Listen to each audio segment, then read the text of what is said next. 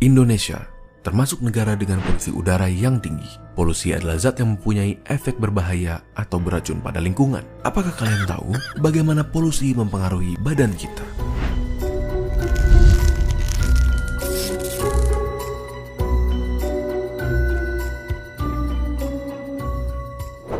Terdapat dua cara polusi memasuki udara.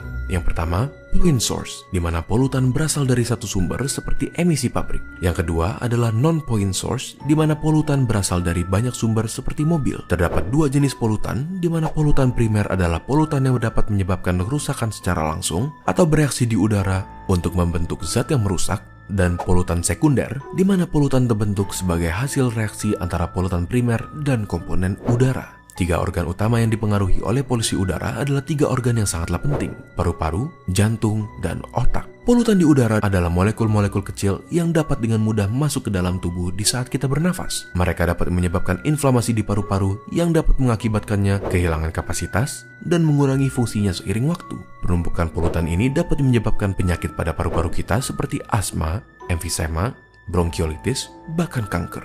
Terlebih lagi, molekul buruk ini bisa masuk ke aliran darah, seperti membuat jantung kita stres dan bekerja lebih keras untuk berusaha menyediakan tubuh dengan jumlah normal oksigen. Molekul-molekul ini bisa menyebabkan inflamasi dan konstriksi pada pembuluh darah, yang bisa juga menyebabkan stroke jika pembuluh darah yang terlibat berhubungan dengan otak. Selain itu, molekul-molekul ini bisa memecahkan plak yang sudah terbentuk sebelumnya di pembuluh darah akibat pola makan yang tidak sehat dan mengakibatkan blokir pada pembuluh yang terlibat. Hal ini dapat menyebabkan kondisi yang mengancam nyawa seperti serangan jantung maupun stroke. Biasanya, mereka yang rentan terhadap masalah kesehatan akibat polusi udara adalah mereka yang mempunyai kondisi pada jantung dan paru-paru, ibu-ibu hamil, pekerja di luar ruangan, orang tua, anak di bawah umur 14 tahun, dan atlet yang berlatih di luar ruangan. Jadi, bagaimana cara kita menghindarinya? Berikut adalah 5 tips dari WHO. Pertama, batasi berjalan di jalanan yang sibuk, dan jika membawa anak kecil, angkat mereka supaya berada lebih tinggi dari posisi knalpot. Kedua, batasi menghabiskan waktu di daerah yang ramai kendaraan seperti lampu merah. Ketiga, jika kalian berolahraga, lakukanlah di daerah yang lebih tidak berpolusi.